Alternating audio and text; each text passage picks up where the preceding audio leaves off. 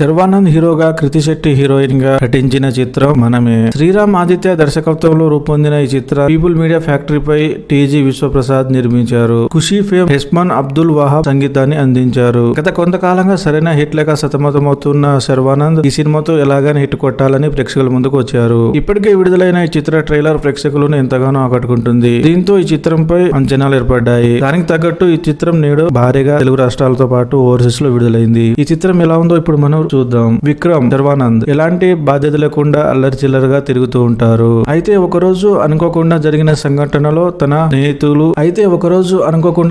సంఘటనలో తన స్నేహితుడి కుటుంబాన్ని కోల్పోతాడు. తన స్నేహితుడికి ఒక బాబు ఉంటాడు. దీంతో విక్రమ్ ఆ బాబును చూసుకునే బాధ్యత తీసుకుంటాడు. ఇలా కొనసాగుతున్న వీళ్ళ జీవితంలో స్నేహితుడి భార్య, స్నేహితురాలు శుభ కృతి శెట్టితో కలిసి లండన్ లో ఒకే ఇంట్లో ఉండవలసి ఉంటుంది. అసలు బాధ్యతలంటేనే చిరాకు పడే విక్రమ్ అయిష్టంగానే ఉంటాడు. ఈ క్రమంలో ఆ బాబుని చంపడానికి ఎవరో ప్రయత్నిస్తూ ఉంటారు.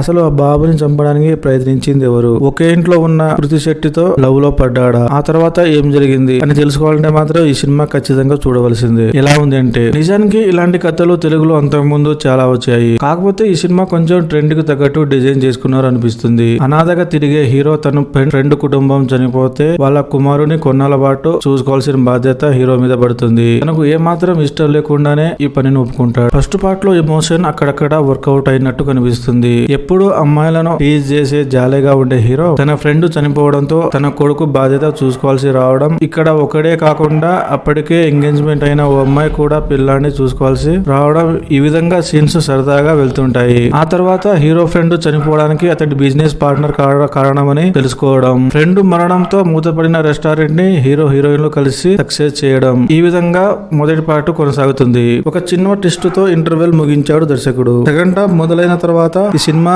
సైడ్ ట్రాక్ తప్పినట్టు అనిపిస్తుంది. తెరపైన సన్నివేశాలు వస్తుంటాయి పోతుంటాయి కానీ ఆ ఎమోషన్ ఫీల్ అయితే ప్రేక్షకులకు కలగదు. చివరికి పెద్ద ట్విస్ట్ లేకుండా ఎండుకాడబడుతుంది. మొత్తం మీద సినిమా చూసి బయటకు వచ్చే ప్రేక్షకులకి ఈ సినిమా కొంచెం పర్వాలేదనిపిస్తుంది. ఎవరు ఎలా చేశారంటే, విక్రమ్ గా చేసిన శర్వానంద్ తన పాత్రకు పూర్తిగా న్యాయం చేశారనిపిస్తుంది. గత సినిమాలతో పోలిస్తే గ్లామరస్ గా కనిపించాడు. అదే విధంగా ఎమోషన్ తో కూడా అక్కడక్కడ ఆకట్టుకున్నాడు. ఇక హీరోయిన్ గా చేసిన కృతి శెట్టి పర్వాలేదనిపించింది. మిగతా నటీనటులు తమ పరిధి మేరకు నటించి మెప్పించారు. ఇక టెక్నికల్ విషయానికి వస్తే సినిమాటోగ్రఫీ చాలా కలర్ఫుల్ గా ఉంది. లండన్ లో జరిగే సన్నివేశాలు చాలా కలర్ఫుల్ గా మంచిగా వచ్చాయి. పాటలు మాత్రం పెద్దగా మనకు గుర్తుండవు. బ్యాక్గ్రౌండ్ మ్యూజిక్ అయితే బాగుంది. నిర్మాణ విలువలు బాగున్నాయి. చివరి మాట, ఈ వీకెండ్ లో సినిమా ఖచ్చితంగా చూడాలనుకునే వారికి మనమే ఒక బెస్ట్ చాయిస్ అని చెప్పవచ్చు. కాకపోతే భారీగా అంచనాలు లేకుండా వెళ్తే కొంచెం ఎంజాయ్ చేయవచ్చు.